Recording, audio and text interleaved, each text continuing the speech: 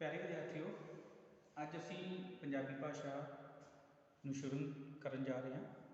साडा अज का जिहड़ा टॉपिक है वो है भाषा। पंजाबी भाषा ਨੂੰ पढ़न तो पहला जरूरी है कि उसके बारे जानकारी लै ली जाए। उसदियां कुछ एक बरीकियां ने जिन्हां दे बारे सानू पता होना चाहिए है। तो इसलिए अज असी पंजाबी का पीरियड दे विच शुरुआत जिहड़ी है वो भाषा के नाल करन जा रहे हैं। ठीक है, भाषा की है? भाषा साडा एक दूसरे के नाल गलबात करन दा साधन है। असी अपने मन के विचार दूजिया के नाल साझे कर सकते हैं, या असी कह सकते हैं कि भाषा जिहड़ा है संचार का साधन है। भाषा संचार का साधन है या विचारां नूं साझा करन दा साधन है। ठीक है, ये भाषा की परिभाषा पढ़ती है। दूसरी गल इस तो बाद आती है भाषा दी किस्मां। भाषा दी किस्मां कितनियां ने? दो किस्मां, बोलचाल की भाषा, लिखती भाषा।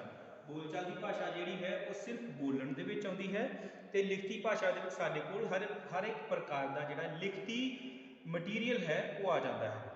चाहे वो किताबां ने, चाहे न्यूज़पेपर है, चाहे कोई भी किस्म है, जिहड़ा लिखिया गया है वो साडे कोल लिखती भाषा का रूप है। तो लिखती भाषा जिहड़ी है वो लंबे समय तक सांभी जा सकती है। ठीक है, जिवें साडे धार्मिक ग्रंथ ने वो बड़े साल पहला जिहड़े लिखे गए ने, तो अज तक साडे कोल वो सांभे ही पे।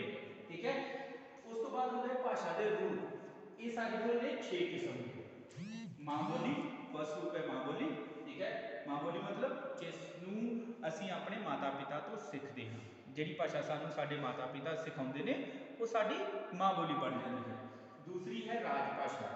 राजभाषा मतलब जिस स्टेट दे विच, जिस राज दे विच असीं रह रहे हैं, उस राज दे विच जिहड़ी भाषा बोली जा रही है वो साडी राजभाषा है।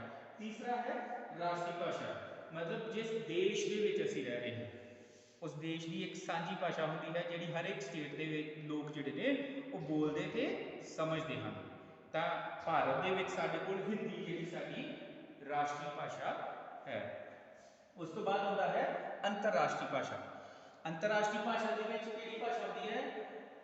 पूरे संसार के देशों ने मिलकर एक भाषा में तैयार किया हुआ है जिहड़ी अंतरराष्ट्रीय मनी जाती है, वो है अंग्रेजी भाषा।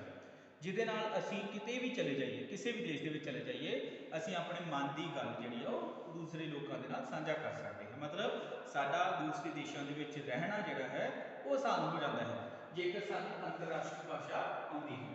उस तो बाद होती है टकसाली भाषा। टकसाली भाषा वो भाषा होती है जिसदे विच सरकारी जिहड़ी भाषा सरकारी दफ्तरां दे विच वरती जाती है, किताबां दे विच वरती जाती है, अखबारां दे विच वरती जाती है, उसनूं टकसाली भाषा कहा जाता है। तो पंजाबी भाषा की जिहड़ी टकसाली भाषा है वो है माझे इलाके की भाषा, यानी कि गुरदासपुर, बटाला, पठानकोट, अमृतसर इस बैल्ट की जिहड़ी भाषा है वो टकसाली भाषा है।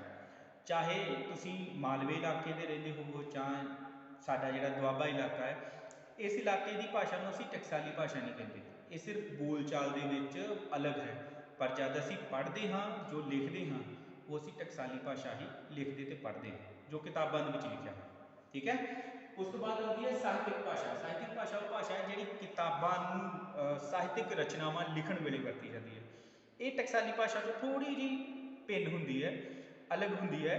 क्यों? क्योंकि ये जिहड़े शब्द ने बड़े सोच समझ के चुन के लिखे जाते हैं। जिवें असीं टकसाली भाषा दे विच आम बोलचाल की भाषा के बहुत सारे शब्द जिहड़े ने इस्तेमाल करते हैं, पर जिहड़ी साहित्यिक भाषा हुंदी है उहदे विच लेखक अपनी गल कहण दे लई बड़े डूंगे अर्थों वाले शब्दों का इस्तेमाल करता है। ठीक है, ये सी साडी भाषा। ये गल तुसीं याद रखनी है कि भाषा जिहड़ी है साडे विचारां नूं साझा करन दा एक साधन है, तो उसदियां दो किस्मां ने, उसके 6 रूप मन्ने जाते हैं। ठीक है, ये रूप जिहड़े ने अलग अलग तरीके दे नाल अलग अलग थावां दे उपर साडे कोल काम आउंदे ने। ठीक है जी, चलो अज दा साडा टॉपिक सी भाषा।